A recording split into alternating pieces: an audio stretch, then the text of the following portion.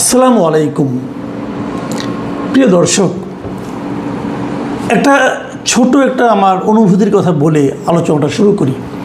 আপনারা প্রায় শুনবেন একটা শব্দ খুব উচ্চারিত হয়, গত অনেক বছর ধরে উচ্চারিত হচ্ছে। সেই শব্দটা হলো চেতনা।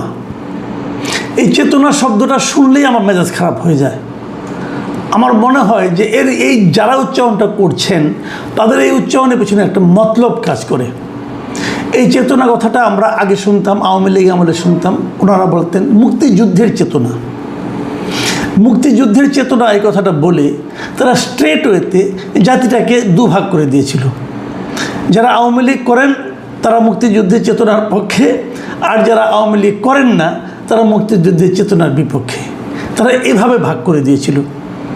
মুক্তিযুদ্ধের চেতনার পক্ষে থেকেও যে আওয়ামী লীগ না করা যায় এই কথাটা তারা মানতেই চান না, এবং এটা করার মাধ্যমে জাতিকে বিভক্ত করা হয়েছিল এবং মানুষে মানুষে একটা বিভেদ তৈরি করা হয়েছিল। ঠিক একই জিনিস যখন আওয়ামী লীগ সরকারের পতন হলো, আমরা ভেবেছিলাম জাতি বোধহয় এবার ঐক্যবদ্ধ হবে, কিন্তু এখন আমরা দেখলাম আবার এলো একটা জুলাই চেতনা। এই জুলাই চেতনার কথা বলে এখন তারা পুরো আওয়ামী লীগ যারা আছেন তারা সবাই জুলাই চেতনার বিরোধী। কারণ জুলাই আন্দোলন তো আওয়ামী লীগের বিরুদ্ধে হয়েছে, আওয়ামী লীগ সরকারের বিরুদ্ধে হয়েছে। কিন্তু যত লোক আওয়ামী লীগ করেন তারা জুলাই চেতনার বিরোধী এবং তারা এই দেশে থাকতে পারবেন না, এবং তারা অবধারিতভাবে ফ্যাসিবাদের দোসর এই কথা বলে তাদেরকে হেনস্থা করা হবে, তাদেরকে মারা হবে, তাদেরকে মারার পেছনে বৈধতা তৈরি করা হবে এবং তাদের বিরুদ্ধে মব করা হবে। আবার কিন্তু জাতিকে বিভক্ত করা হচ্ছে। ইদানিং শুনছি যারা নাকি এই জুলাই চেতনা জুলাই আন্দোলন যেটা বলছিলাম আমরা, এই জুলাই আন্দোলনের যারা নাকি বেনিফিশিয়ারি, কারা বেনিফিশিয়ারি? এখন যারা সংসদে আছেন তারা সবাই বেনিফিশিয়ারি। কারণ এই সংসদে তো যখন নির্বাচনটা হয় সংসদ গঠন করার জন্য, সেই নির্বাচনে আওয়ামী লীগ অংশ নিতে পারেনি। যারা জুলাই চেতনার পক্ষে নয় বলে কেউ কেউ দাবি করেন তারা কেউ নির্বাচনে অংশ নিতে পারবেন না। কিন্তু আমার জানা মতে কিন্তু 24শে জুলাই আন্দোলনে অনেক আওয়ামী লীগ করেন, আওয়ামী লীগের প্রতি এক ধরনের সমর্থন আছে, তারাও সেখানে অংশ নিয়েছিল। এরকম বহু লোক পাবেন আপনি খুঁজলে পরে, কিন্তু তারা এখন বললেও তো কেউ বিশ্বাস করবে না, কাজে এটা না হয় নাই বলি। তো যারা বেনিফিশিয়ারি তাদের মধ্যে আবার এখন একটা বিভেদ চলছে, একে অপরকে দোষারোপের বিষয়টা চলছে। জামাত এনসিপি তারা বলছে যে বিএনপি নাকি জুলাই চেতনার সঙ্গে গাদ্দারি করেছে।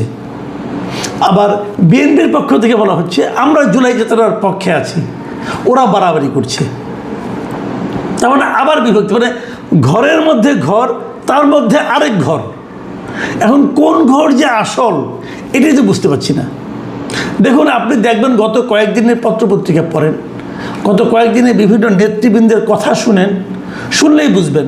দুদিন আগে দেখলাম জামাতের যে সেক্রেটারি জেনারেল মিয়া গোলাম পরওয়ার, তিনি বলছেন জুলাই চেতনা থেকে মুখ ফিরিয়ে নিচ্ছে বিএনপি সরকার। এবং তার বক্তব্য হলো, ওনার বক্তব্যটা আমি যদি হুবহু আপনাদেরকে পড়ে শোনাই, যে বিএনপির সংসদ সদস্যরা পার্লামেন্টে এবং টকশোতে জুলাইয়ের চেতনার বিরুদ্ধে কথা বলছেন, এমনকি তারা আওয়ামী লীগের খুনিদের প্রশ্রয় দিয়ে এদেশে অনুপ্রবেশের পক্ষে সহানুভূতি দেখাচ্ছেন। বুঝলেন, এখন দুটো কথা কিন্তু, একটা হলো যে তারা জুলাই চেতনার বিরুদ্ধেই কথা বলছেন, কেবল শিবরামে যদি মুখ ফিরিয়ে নিয়েছেন, তারা বলছেন তারা বিরুদ্ধে কথা বলছেন। এবং আরেকটা কি বলছেন, যে আওয়ামী লীগের যারা খুনি আছে তাদেরকে এদেশে অনুপ্রবেশের পক্ষে সহানুভূতি দেখাচ্ছেন। তারা এদেশে অনুপ্রবেশ করতে পারবে না। কেন পারবে না?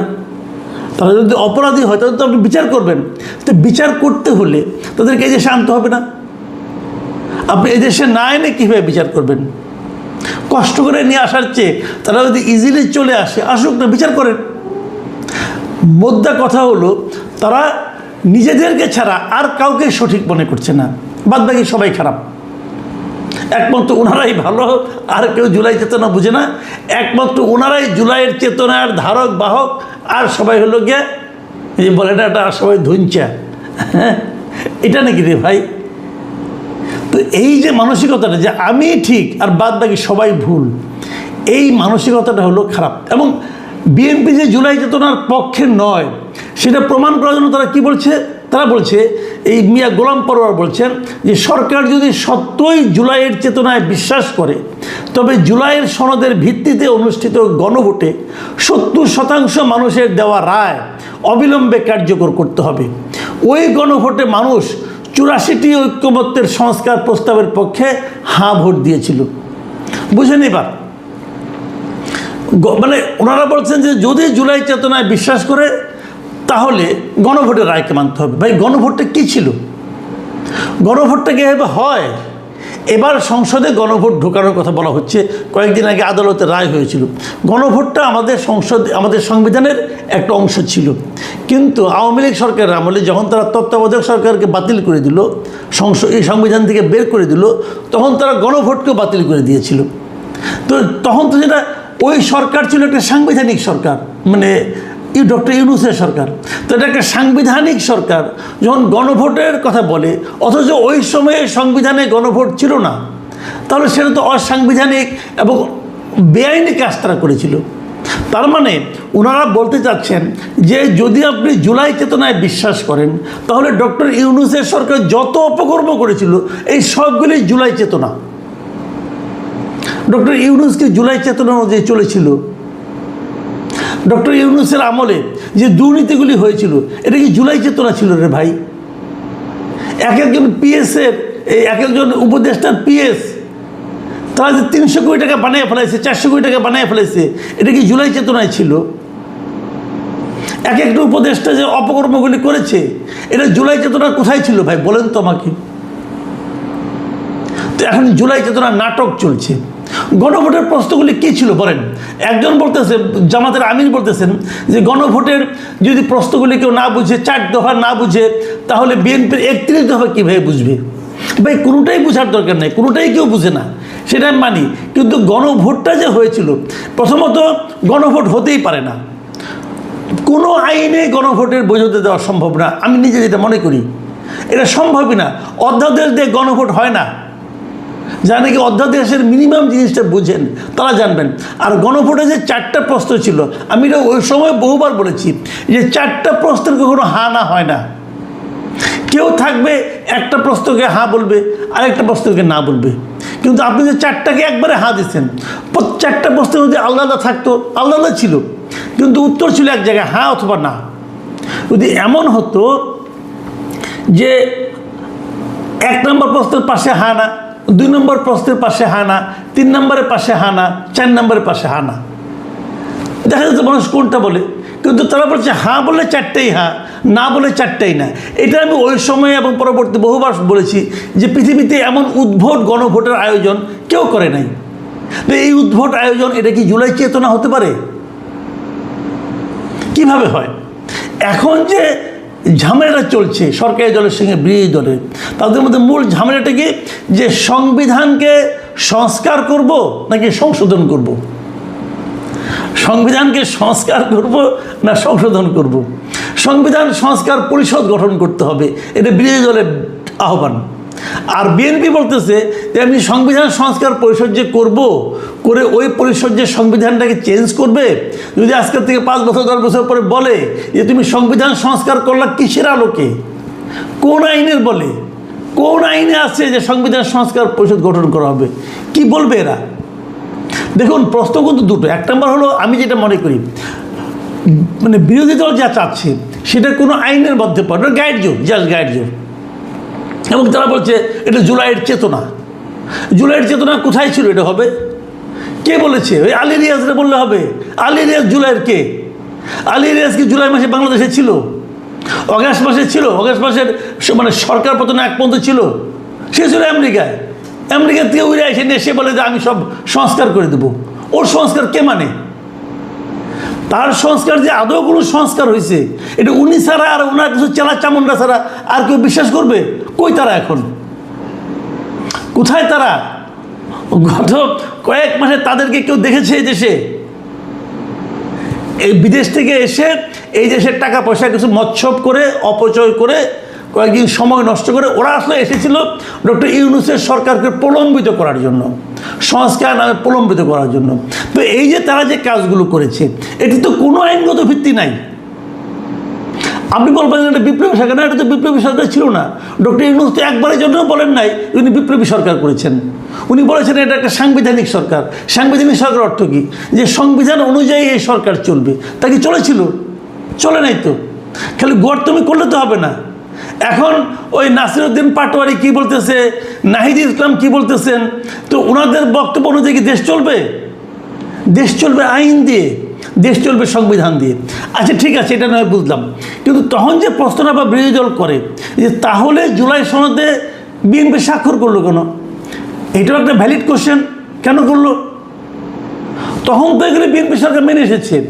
যদি বিএনপি সরকার মনে করে যে গণভোটটা অবৈধ ছিল, তাহলে তারা গণভোটের পক্ষে হা ভোট দিতে বললো কেন?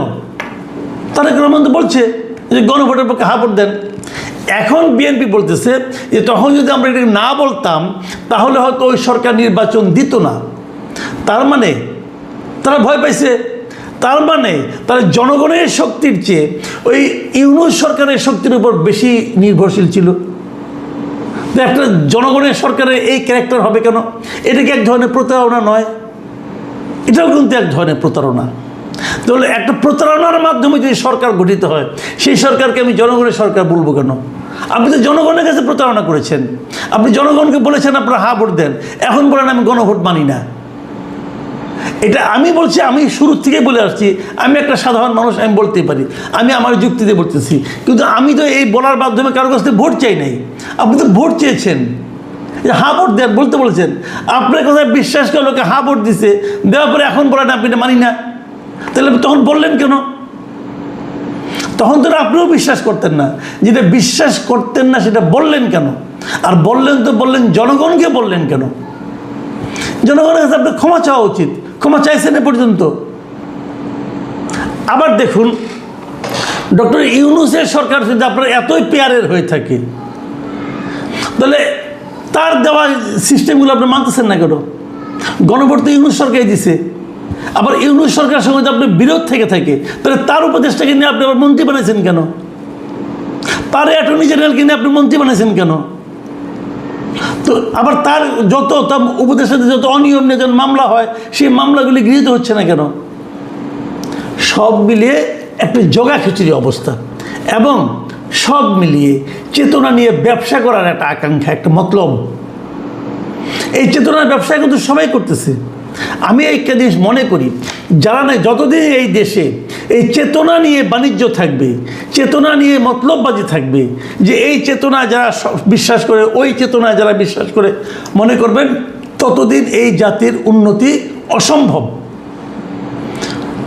চেতনা নিয়ে বড় বড় কথা বলা মানেই হলো দেশকে, জনগণকে, নাগরিককে, জাতিকে বিভক্ত করার একটা প্রক্রিয়া। এই প্রক্রিয়ার হাত থেকে, এই মতলবের হাত থেকে আমরা কবে মুক্তি পাবো আমরা জানি না। প্রিয় দর্শক,